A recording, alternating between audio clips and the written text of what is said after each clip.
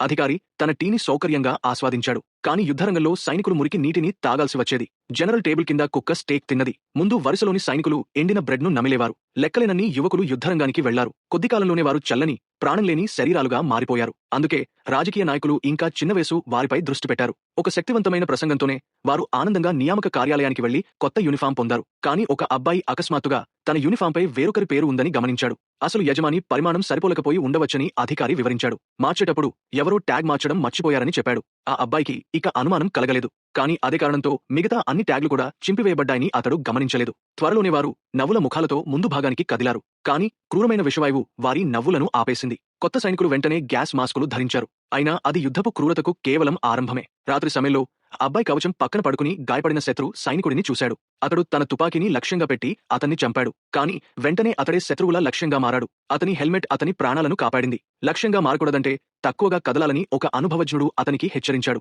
ఆ తర్వాత జీవితం ఇంకా దుర్భరంగా మారింది. ప్రతిరోజు మరణాన్ని ఎదుర్కొంటూ ఆ అబ్బాయి క్రమంగా భావోద్వేగాలేని వాడిగా మారాడు. ముందు భాగంలో ఆహారం కొరతగా ఉండేది. అతడు మరియు ఆ అనుభవజ్ఞుడు ఒక రైతు దగ్గర నుంచి ఒక గూస్ను దొంగిలించినప్పుడు మాత్రమే ఆనందం దొరికింది. అలాంటి సాధారణ భోజనం ఒక యుద్ధంలో గెలిచిన దానికంటే ఎక్కువ ఆనందాన్ని ఇచ్చింది. ఎన్నో విఫల యుద్ధాల తర్వాత చివరికి నాయకులు కాల్పుల విరమణ ఒప్పందంపై సంతకం చేశారు. ఆ చివరి గంటల్లో జనరల్ మరో చివరి దాడికి ఆదేశించాడు. కొంతమంది సైనికులు తిరస్కరించారు. వారిని అక్కడికక్కడే కాల్చేశారు. మిగిలిన వారికి యుద్ధరంగానికి తిరిగి వెళ్లడం తప్ప మార్గం లేదు. శాంతికి ఇంకా 15 నిమిషాలే మిగిలి ఉండగా అధికారి ఆదేశాల మేరకు అబ్బాయి తన తుపాకీకి బయోనెట్ అమర్చాడు. అతడు ఒక శత్రు సైనికుడితో పోరాడాడు. ఇద్దరూ ఒక బంకర్లోకి పడిపోయారు. కాని లోపల వారు కేవలం ఒకరినొకరు చూసుకుంటూ నిలబడ్డారు. 15 నిమిషాలు వేచి ఉంటే యుద్ధం ముగుస్తుందని తెలిసి ఎవరూ కదలలేదు. కాని ఆ చివరి క్షణంలో చీకట్లో దాగున్న మరో సైనికుడు అబ్బాయిని పొడిచాడు. ఆ వెంటనే శాంతిని సూచించే గంట మోగింది. బాలుడు బంకర్ నుంచి తడబడుతూ బయటకు వచ్చాడు. పొగ క్రమంగా తగ్గిపోతున్నదాన్ని తన కళ్లతో చూడాలని అతడు కోరుకున్నాడు. ఆ క్షణం నుంచి యుద్ధం ముగిసింది. కాని లెక్కలేనన్ని ప్రాణాలు ఎప్పటికీ అక్కడే మిగిలిపోయాయి.